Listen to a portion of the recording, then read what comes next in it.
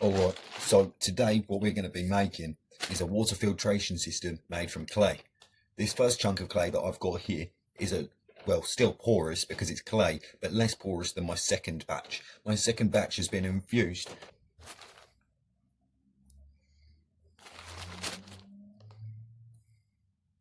This section here is going to be used for the base, and these are going to be my first 4 coils. So I'm going to get these moved to the side. I have a table beside me just for convenience. Obviously this is a turn wheel. I believe it's made for cake decorating, but who knows. Certainly didn't buy it in a shop. It's like a large base, but what we're going to do is going to start by flattening that to a nice even level. I'm aiming to have the sides, the edges, slightly thicker than the middle. You'll see why in a minute.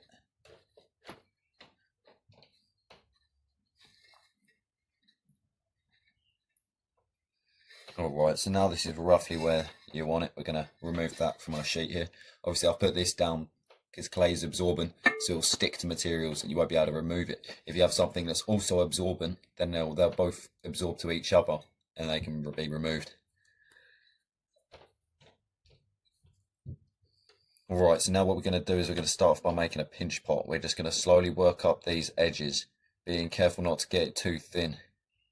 You want it about 1/4 inch to 1/2 inch. You don't want it more than, you definitely don't want more than that. When it starts getting too thick, you have the issue of drying it.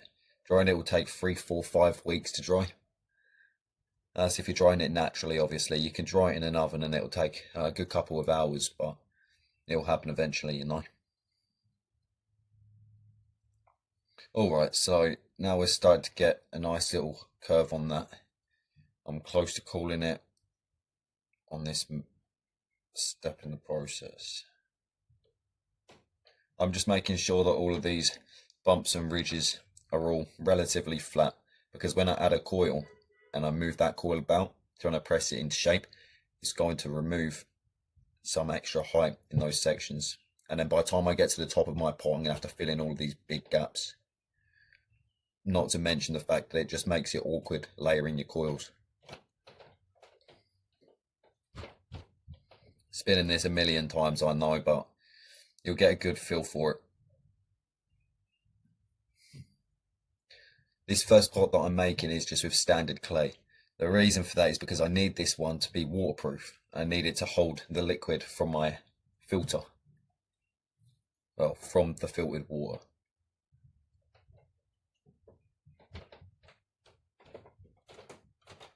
Alright, so I'd say I'm pretty happy with how that's turned out. So what we're going to do is we're going to grab our first coil here and we're going to stretch that out to size. Oh, yeah. There we go. The bigger your coil, the more work you're going to get done at once. But I noticed that the bigger the coil I make, the more awkward it is to set that coil, because there's a lot larger surface area that you're having to connect. There's usually always a weak point, it'll crack somewhere. Or at least that's what I've found. As long as it doesn't break all the way in half, you can still use it. If it's cracked, you just got to fill in those sections with pine resin. That's how they used to waterproof boats, little canoes. Even clothing can be waterproof. Obviously, you're not making pine pitch, you're just using the resin itself. So it can be rubbed onto your clothing and waterproof your fabric.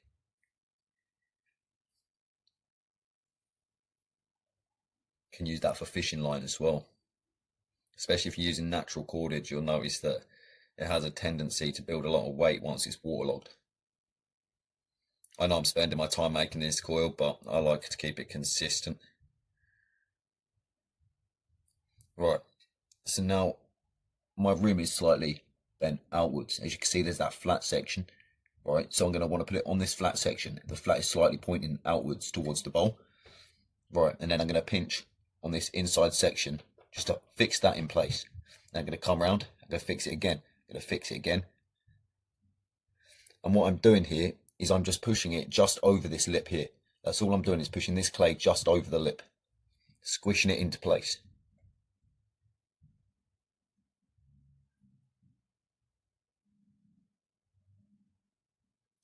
All right, now we've got this first coil on. I'm going to continue at this point before I next add my next coil.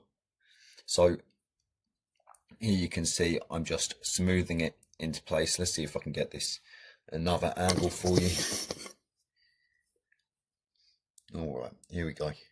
So I'm just going to pull down in the direction that I originally connected them in. As you can see, I pushed through in this direction. So now I'm going to push through here. Obviously you can't see if I use my right hand, so I'm going to do it with my left for this moment.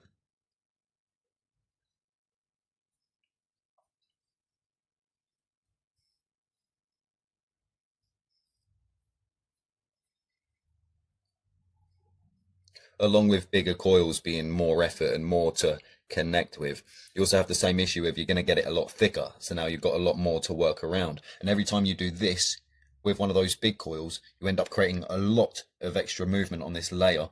And then you have to work it into your bottom. And obviously that's just an extra step that you do not want to have to do.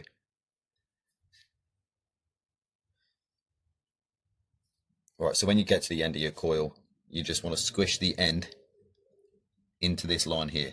So you just want to pull it down into itself there. And then that can be brushed in nicely there.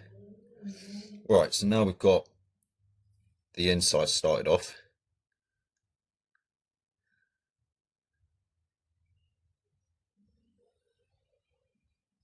Just setting up this profile here so that when I come around with my next coil, it will just slide over the top of that one. Obviously not ideal. You want the coil to go all the way around and touch your other end so that it can all be put in layer by layer. Doing it like this can make it a little bit more complicated and you have to be a little bit more aware of where you're moving things. All right, so now we come back to this outside layer.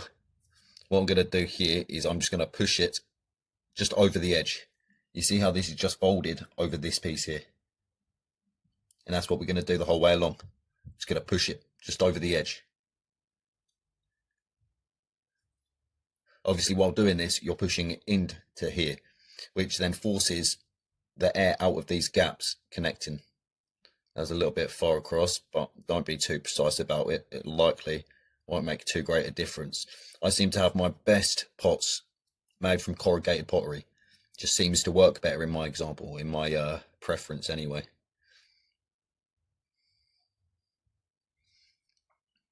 Not the prettiest of jobs, but it looks nice. So let's get on to the next layer. So on this piece, as I'm connecting now, I'm coming in from this section that is angled. So I need to angle this so that it will connect nicely. So all I'm going to do is flatten one corner out of the two sides here. Don't know how well you can see that. There you go, that's a good example. And then we're going to squish down the inside. Oh, there we go. Now we're going to push down, push down, push down, push down, push down. Now we've got to this section, we're going to follow it over and round.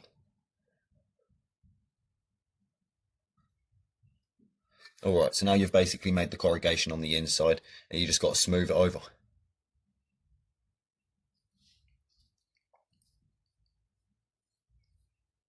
Stone there. Another one in here as well, I can feel him, I'm scraping him.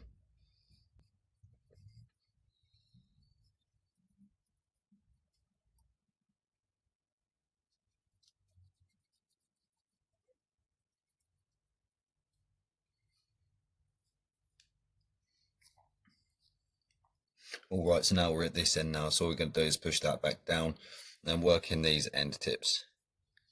Come around here, we're going to do the same.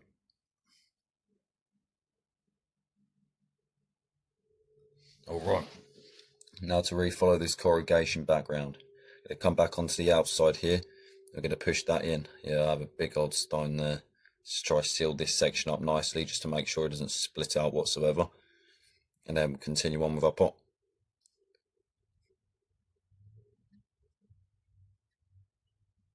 All right.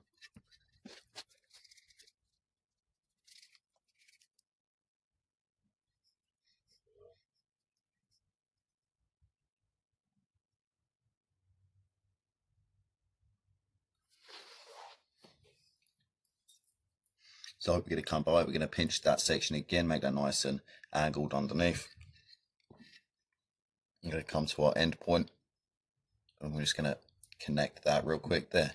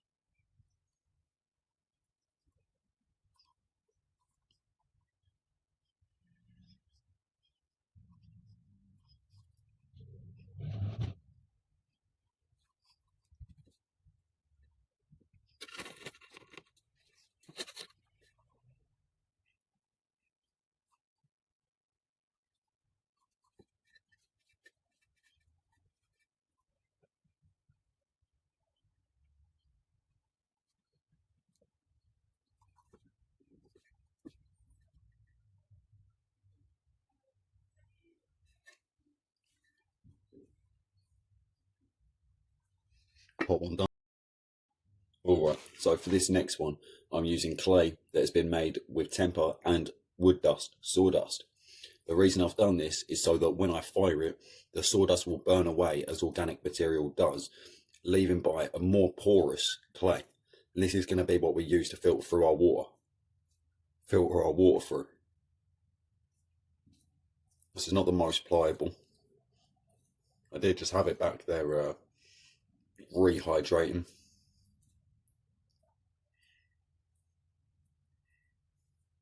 So all I'm going to aim to do right now is a cone shape.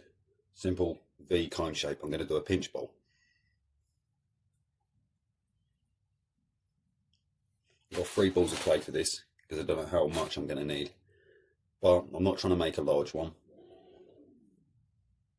And it is said, at least, to filter 1 litre an hour.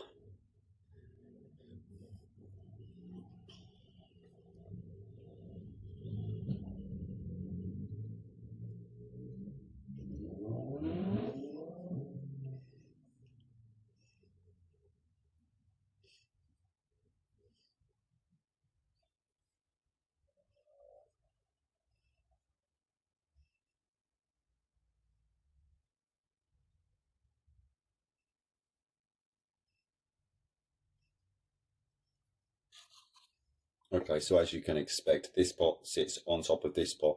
This pot's going to be full of water, and the pressure of the water stacked on top of it forces it through all of the gaps within the porous clay. It's just earthenware, so in general where it's porous, it's not like any glazed pottery or anything like that.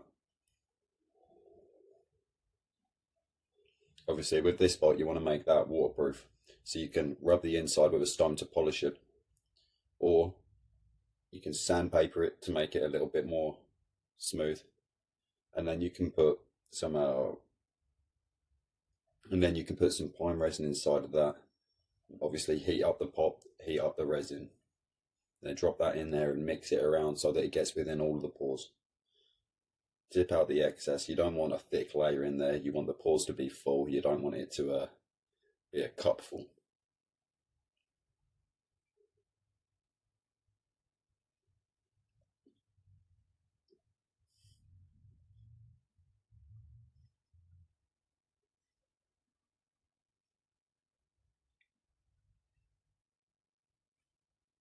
This filter is said to last 5 years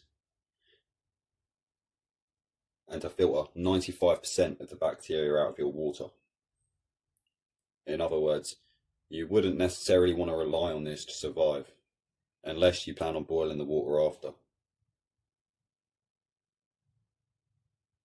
But once again, if you've got a dirty black river, this is going to make it much more convenient to drink, much safer for your body, rather than consuming all the mud that's sitting there floating around inside of that water, all of the clay that's suspended inside. You can always boil that water up, kill all of the bacteria, destroy all of the shit that's inside of it. The particles will always be there, and that's what your body's still going to have to fight. It can help build your immunity though, because like with a vaccine, you take in dead cells and your body fights those dead cells thinking that they're alive. And then obviously now you've got your blood cell pattern that's going to match.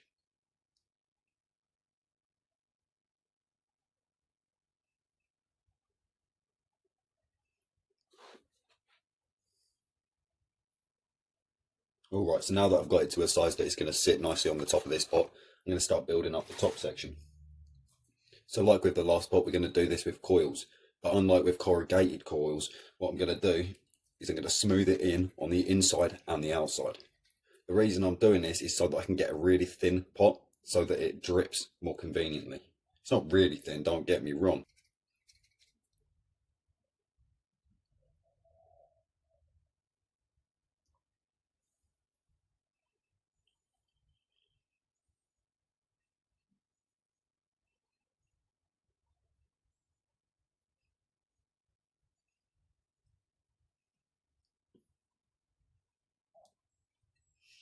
Alright, so we're going to flatten that tip off, get that ready for application. And then we're going to do the same with the last one, and we're going to pinch it over the tip. Oh, that broke. Let's do it with this end then. So we're going to pinch that over the top there, and then we're going to come around on the inside and we're going to push that in. Try not to put too much down there, but conveniently with this technique it doesn't really make any difference because I'm going to work it all back up with pinching, by pinching. As you can see, I'm not doing these corrugated sections very carefully, just smashing through it, getting it done. It's a little bit different if you're trying to make a pretty pot. Right, so now what we're going to do is run around this outside and just blend this in real quick. That's just going to make sure that that's fully adhered.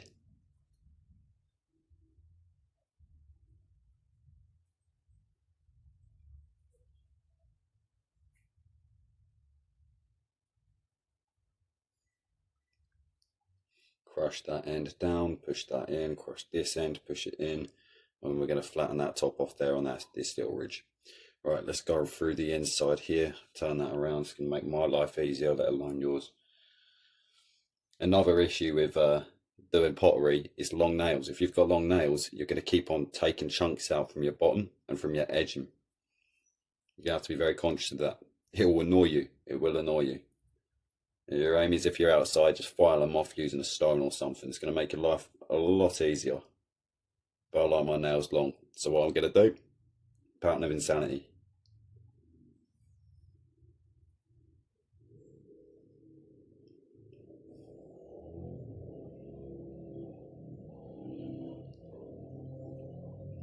Alright, so now that this is fully attached, I'm just going to start pinching away, working this up, making it nice and even with the bottom half. Let's move you out of the way here.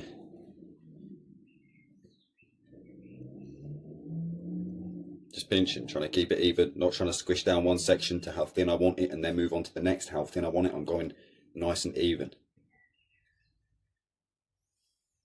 Any parts that seem too thick, you just want to pinch them into each other. Pinch them into themselves so that you can just thicken up that spot.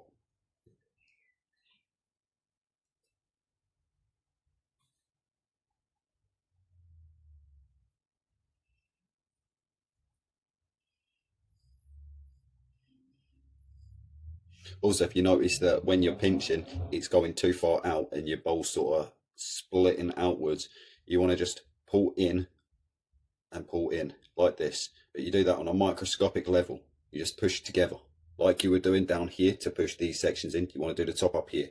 Just push it in together nicely. You see that pinch? Let's pull that out a bit. So you want to just push them together in like that. And you can see that that's risen now up here.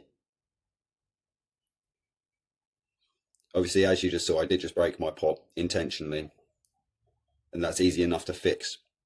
The same technique, you want to overlap. You want to overlap and then just work them into each other. You're just basically fusing it. It's simple. You've played with Play-Doh as a child. You know how to fuse two pieces together.